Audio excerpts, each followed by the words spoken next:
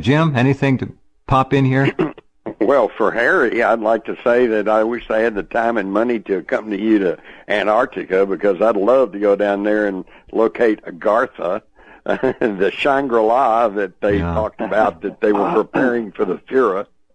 We are able, I think we are able to put this together extremely well. There's things I can't divulge right now. I'm going over to Europe again to next about 3-4 weeks from now. But in addition, one of our members, who's a wonderful, wonderful guy, retired Captain U.S. Navy. He was the executive officer on the submarine that was down there. And I just got an email from him about an hour before airtime. Talks about a warm water lake that they went into with the Senate, et cetera. So I have to go through it further. But, it's just not all Harry Cooper doing this. Harry Cooper is merely the glue that holds all these people together, and they all have a piece of the puzzle. And it's just incredible when you start opening all the doors. This is nothing new. This goes back to 1938, when there was a huge German expedition that went down to Antarctica. I sent you that video, didn't I, Jim? You got it, didn't you? I think so. Yeah, you got to look at that. They planted all the flags. Yeah, but they show still pictures of some of these, and I mean gigantic caverns underground. They're just huge. Well, bear in mind, I went to that island off of Rio, about 1,000 clicks out in the Atlantic, South Atlantic there, the island Trinidad, not to be confused with Trinidad. And this is where that expedition laid over for a while. That island is owned by Brazil, and they've had a naval contingent there forever. And their whole job is to raise the flag in the morning and say, we own 200 miles of fishing around here, and retire the colors at night. It's not a military garrison like you would imagine, guns and stuff. No, it's just people there and doing some experiments. So 1938, the Brazil Navy pulled all their people off the island, and 1 week later, the expedition under the flagship Schwabenland arrived. They built. Look at the website, sharkhunters.com, and go to previous tours, and then click Brazil. They built 2 80-meter tall radio towers. I was in the remains of one of the radio shacks, and then in 1941, the Germans pulled their people off. The Brazil Navy put their people back on. There's a little memorial. There's a picture of that little memorial. It's a handmade memorial, a painted rock with other painted rocks that spell out 1941. Then in 1945, July, the Brazil Navy pulled their people off the island again, and a German contingent came down. This is 3 months after the war ended. One of the German sailors was killed in an accident, and we found this giant rock that had 717 painted on it, weathered all to heck, and we assumed that meant he was killed on the 17th of July. This island was instrumental because it just loaded with freshwater streams and creeks, and it had large herds of pigs and goats and wild turtles. So when a ship would come by on its way to Argentina, they could pull in there, refill their fresh water, and I almost used the word I used back in the Mafia days. They would clip a bunch of pigs and butcher them. I'm sorry, that's the word. And then continue. And the Germans were there at least 2 years after the war ended, we know for sure. Well, hey, Harry, with that installation, wouldn't that have been a perfect retransmission station to transmit messages from Europe through there on into Antarctica? I can't imagine any other reason for them 80-meter tall radio towers. There's pictures of them on my website too. Yeah, we've seen when we've been on tour with Harry in the past on these expeditions, we've seen so many photographs, and they're all in the archives. You can find them all at sharkhunters.com too. Okay, let's jump over to Dick now and tell us what we're going to see on this really remarkable documentary production that I was very honored to be able to participate in.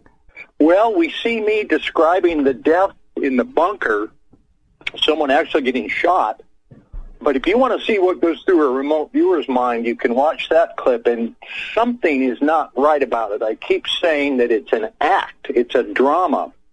I got the sense that someone was really killed, but someone wasn't right about it. It was play acting. It was a real death, but it was there as a staged thing, which makes sense. I also perceived that there was a delegation came, there was some meeting, people met, some agreement was made, and a leader was told, the guy in charge was told, well, you're going to do this, and he wasn't happy about it. So here's my question for Harry Cooper and for Jim Mars. If we believe that Hitler was allowed to escape, was he allowed or was he given safe passage? Was technology transferred? Was there a formal agreement? How did this happen? Did he just scoot away without the Allies knowing it, and then they just agreed to not chase him? Or did a delegation go and they made a formal face-to-face agreement in the middle of the war? A trade for technology. Trade for technology. How did it work? Yeah. Yeah, how did they meet face-to-face? A TV journalist, because you asked about 43 questions there in one question. According to Don Angel, Hitler and Eva Braun were forcibly drugged because Bormann wanted to keep the Reich alive, which he did, but he needed a figurehead. But once they got down to Argentina, he found he didn't need Hitler, so Hitler was just allowed to live out his life quietly in Bariloche, which incidentally has been visited by 4 different presidents, American presidents, during their presidency that we know of for sure: Eisenhower, Carter, Clinton, and just recently Mr. Potato. They might as well have gone to Antarctica. I mean, that's just out of the way. What's the reason that Eisenhower would have gone to Bariloche in 54 or 60, whenever he went? 1960. 60. Yeah. So according to Don Angel, this is what happened. Now, we know that the only operating Ju-390, the big 6-engine, the one they called the truck, we know it was at the air base of Schweidnitz, which I think was on the border of Romania. It flew out, and it went to Norway, which was the only part of the German forces that had not been conquered, and the war was over, so they were just waiting for the Brits or the Americans or somebody to come and scoop them up, which took 3 months. And so the plane landed there. It was painted in Swedish Air Force colors, light blue, and it flew down nonstop. This thing had an incredible range. Flew down nonstop and landed on a road or on an estancia, a ranch in Uruguay, and was immediately disassembled and the parts all thrown away. When I was there just this past February, we were interviewing a lot of old people that lived there, Germans. I don't speak Spanish, but I get along fine with my German down there. And this lady was sitting there, older lady. She doesn't know anything. She heard about it. She doesn't know nothing. But no, there was no Nazis down here. And the lady had 3 swastikas tattooed on her forearm. So that's how he got down there. And then he went to live in Bariloche, which is a beautiful place.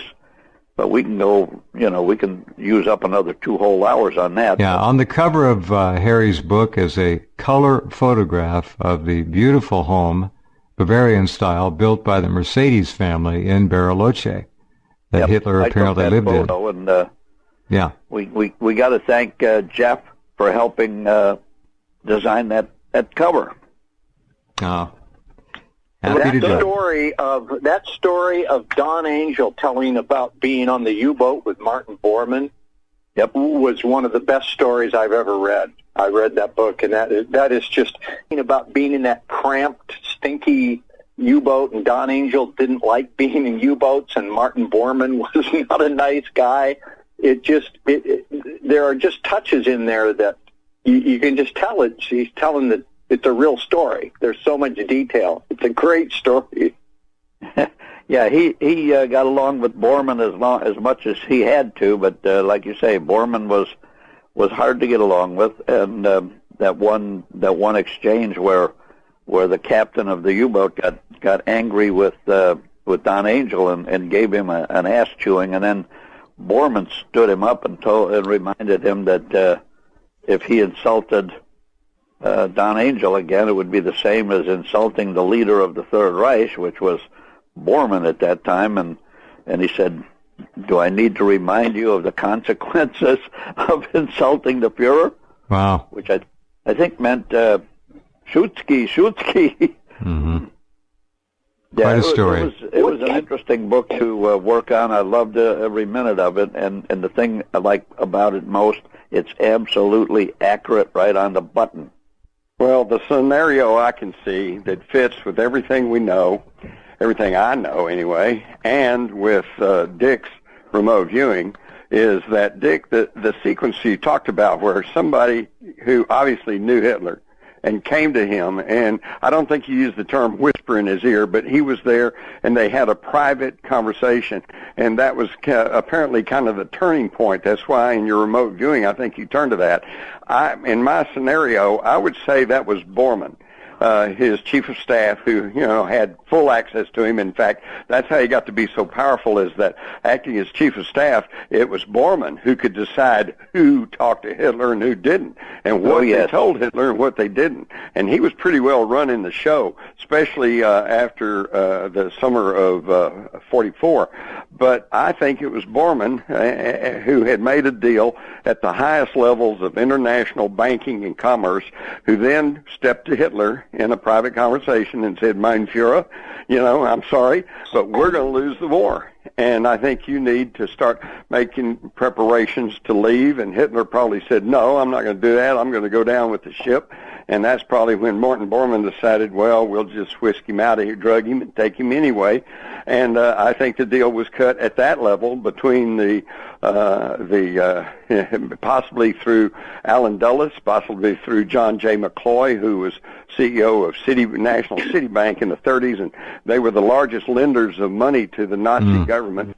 And good friends with the head of ABS, head of the German Central Bank, and I think that at that level they said, okay, look, the war's going to be gone. Let's carve up Germany. We'll all get our fingers in the pie, and America needs we need the nuclear technology so we can end the war with Japan. And I think that's where the deal was cut. And they would tell Hitler, look, if you don't do this, all of Germany is going to be a wasteland, and you have to do it, mein Führer. And I think that's what turned him. He felt betrayed. He felt bitter. And the thing that stuck with me, Dick, is when you said he knew he had to do this. He didn't want to do it, but he had to do it. Okay? So obviously there was extreme leverage on him, and I think that was it. It was either you go along with this or your beloved Germany will be totally destroyed. It damn near was, but yeah.